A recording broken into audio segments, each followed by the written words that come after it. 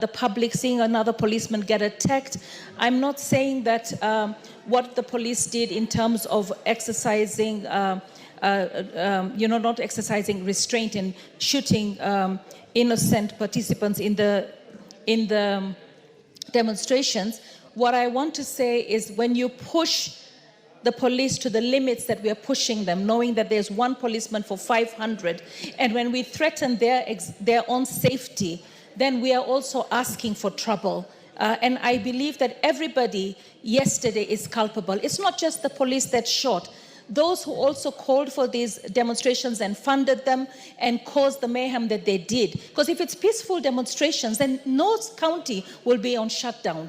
But a lot of the country came on shutdown yesterday. When you say that you're having peaceful demonstrations for memorials, and then you end up saying you want to occupy State House, and that is where you're going, then you're actually looking to overthrow a government, and that cannot be allowed. Fellow Kenyans, let me say this, that you can't leave a very delicious meal that you prepared, maybe a meat or a chicken or anything, or fish in front of a cat, uncovered, and expect that cat not to taste the meal that you put in front of it.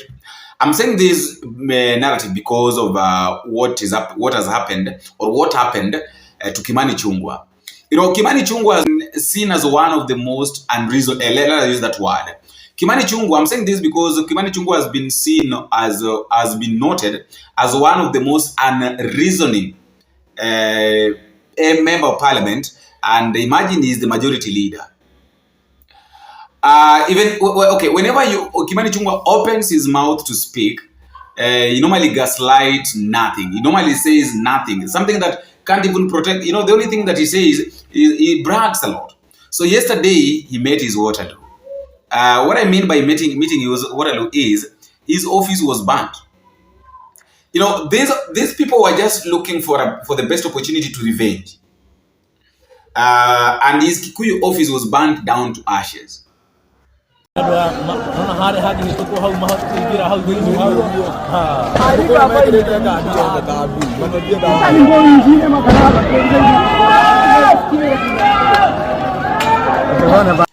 can't run to anybody, he can't accuse anybody, or he can't mention anybody's name, because he's one of the people that has been talking negatively about this Kenya. The other day, you heard him saying that the 2024 finance bill was passed by William Ruto in December.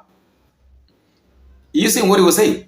That it was passed by William Ruto silently by December, and everything that was in it was passed. And he even told us that the 2025-2026 finance bill is going to be passed, and only out of 100%, only 3% is still questioned, and everything is okay, and every Kenya is okay with it. And today we've seen William Ruto signing signing the 2025 finance bill and making it to become a law. We have got no problem with that. Let him do whatever he wants to do, because at this point Kenyans are tired, and the only thing that Kenyans are looking for is let him just work and go home. Let the president just work and go home. Let him just do whatever he wants to do. Let him do everything that he wants to do. But at the end of the day, we have to understand that William Ruto will go home. He must go home. People are tired. The second story, fellow Kenyans, is about PASARIS. And before I talk about PASARIS, let me just remind you that if at all we are meeting for the first time, don't forget to click the subscribe button. You can also like, you can share, you can drop me a comment in the comment section. Tell me what you think, where you're watching this video, and how this video are reaching you. People like Lillian, Billion, thank you very much. People like JBs, guys, thank you very much for your support. JB, guys, you're doing a very wonderful job. Thank you very much. LM254 folks, thank you for the wonderful work and the wonderful support that you are giving me. Getting into the second story, this one of Esther PASARIS is too much, and I would not like to talk about it, but I just want you to listen to your beloved, your beautiful. For the people of Nairobi, I would like you to listen to your very beautiful Indian women rep. The way she's saying nonsense about what happened yesterday, during the demonstration. I want you to listen to this, and please don't forget to drop me a comment in the comment section and tell me what you think and where you're watching this video from. Watch this. I regret what happened in Nairobi County and across the country yesterday. What was supposed to be a peaceful demonstration was not peaceful. Lots of people ended up losing their lives. So many others were injured. And on top of it, a lot of people lost property. And Nairobi came to a standstill, as did many other parts of the country. And I want to appeal to the civil society organizations and all those that have good, huge followings on social media, that we have only one country. And if we do not respect that we have only one country and the situation that this country finds itself right now, with heightened unemployment, with limited budgets to fulfill the needs of the entire country, you know, just coming out and calling and, you know, thinking it's a beautiful selfie moment, let's undermine the police service and expect them to serve us. Seeing a policewoman get brutally kicked by the public, seeing another policeman get attacked. I'm not saying that what the police did in terms of exercising, you know, not exercising restraint and shooting innocent participants in the demonstrations. What I want to say is, when you push the police to the limits that we are pushing them, knowing that there's one policeman for 500, and when we threaten their own safety, then we are also asking for trouble. And I believe that everybody yesterday is culpable. It's not just the police that shot. Those who also called for these demonstrations and funded them and caused the mayhem that they did. Because if it's peaceful demonstrations, then no county will be on shutdown.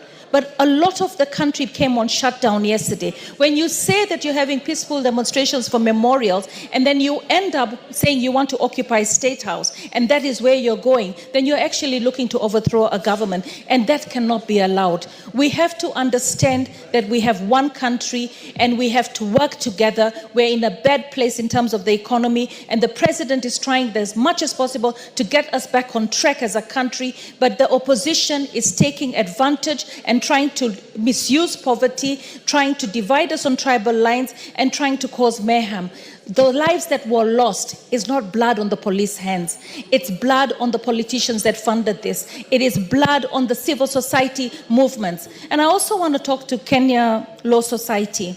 You know, you're the law society, not just for the civil society. You're the law society for the entire country. You're the law society for that woman who lost her shop. You're the law society for that mother who lost her child. You're the law society for the many policemen that were also injured. So I really say that, you know, this country needs to take a break and focus on allowing the government to do the job that it wants to do. It's like they want to undermine the government so that they can actually move in. But that's not the way to win an election. Tell the public what you're going to do for them. Show them by example what you're going to do for them. Before I became an elected woman, leader of parliament, I was already a leader. I had already done the projects of Adopt a Light. I was already employing deaf people. What are you doing? You came out of government, you want to get into government, and you're promising things. We have a former Chief Justice who's also trying to do that. So for me, I really feel that we need to focus on ensuring that we have peace in this country. Honorable Bensouda, what is out of order? Don't tell me to sit. We are legislators. We Honorable Bensouda, address the speaker. Thank you, Speaker. I'm sorry, I withdraw. What I wanted to ask, is it in order? We are debating NGCDF GAF, but I'm hearing very, very fundamental contribution on police brutality and any other issue that we should do. Could the contributor, the honorable member for from Nairobi County, explain whether that is related to enshrining NGCDF GAF into the Constitution? Thank you. Honorable PASARIS, by the standing orders, you will maintain relevance to the debate. Thank you, Madam Speaker. But I cannot be ignorant of what happened in my county yesterday and in the country at large. As legislators and representatives of the people, it will be amiss on me not to offer condolences to all the people that have lost their loved ones and continue to lose their loved ones because civil society cannot hold itself and its horses, and the political wing is also trying to undermine the country.